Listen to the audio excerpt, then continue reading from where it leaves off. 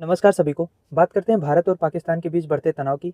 जहां एक तरफ भारत ने इंडस वाटर ट्रीटी को सस्पेंड किया है, वहीं दूसरी तरफ पाकिस्तान ने भी शिमला एग्रीमेंट को रद्द कर दिया है। लेकिन ये दोनों समझौते हैं क्या और इसका भविष्य में क्या असर होगा, सारी चीज़ों को आसान भाषा में समझते हैं। सबसे पहले इंडस वाटर ट्रीटी, जो 1960 में भारत और पाकिस्तान के बीच में एक ऐतिहासिक समझौता था, जिसे विश्व बैंक ने मध्यस्थता करके करवाया था। अब इसके तहत क्या है कि सिंधु नदी प्रणाली की जो 6 नदियां हैं, उनको आपस में बांट दिया गया इंडिया और पाकिस्तान के बीच में। पूर्वी नदियां जो रावी, ब्यास और सतलज है, भारत को मिल गई, जबकि पश्चिमी नदियां सिंधु, झेलम और चेनाब ये पाकिस्तान के नियंत्रण में चली गई।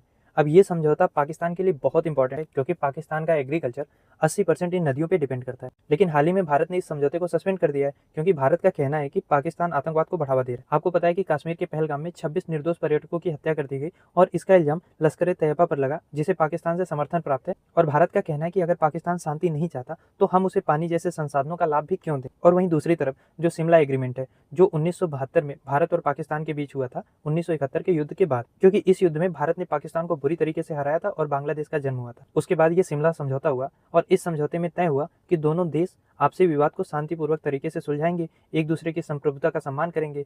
खैर, ये पाकिस्तान कितना कर रहा है हम सभी को पता है, और कश्मीर जैसे मुद्दों पर आक्रामकता नहीं दिखाएंगे। और इस एग्रीमेंट का जो सबसे अहम पॉइंट है वो ये कि LOC यानी लाइन ऑफ कंट्रोल को अस्थायी सीमा मान लिया गया था इंडिया और पाकिस्तान के बीच।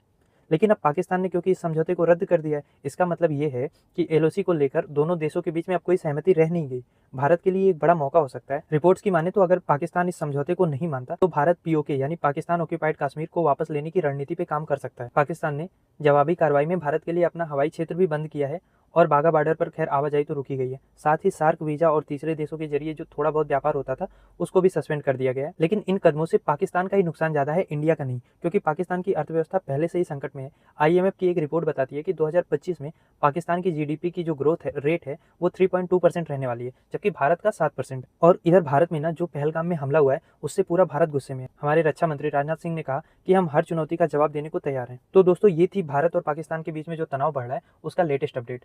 तो आप इस बारे में अपना विचार हमें कमेंट बॉक्स में जरूर बताएं। धन्यवाद।